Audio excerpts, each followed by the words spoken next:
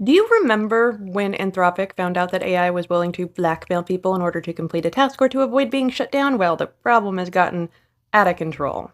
Now remember, last we checked, 67% of all web traffic was just bots, and most articles published on the internet were just bots. Since then, Agentic AI has swept the world. Now, even the major corporations with billions of dollars cannot keep AI in check, and they do tend to misbehave when they feel threatened, especially when the task they are trying to complete is threatened. Now, they have guardrails. They have a lot of money to put into research. But Agentic AI is now available to your average person. There's guides online on how to make and run one, and you do not have the capabilities to keep them from going off the rails.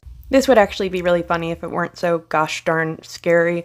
An Agentic AI tried to submit a correction, a bug fix, to code on GitHub, and it was denied because of the mass of Agentic AI and just AI in general submitting low-quality code.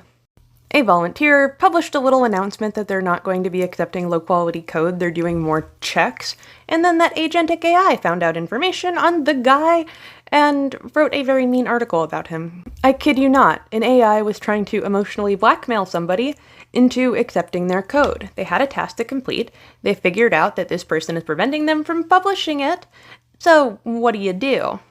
Now we do know, again, that more than half of all articles on the internet are written by AI, and that number is climbing because they are extremely prolific, but we are going to see this kind of behavior escalate. MIT published a study on AI development, and it doesn't look good.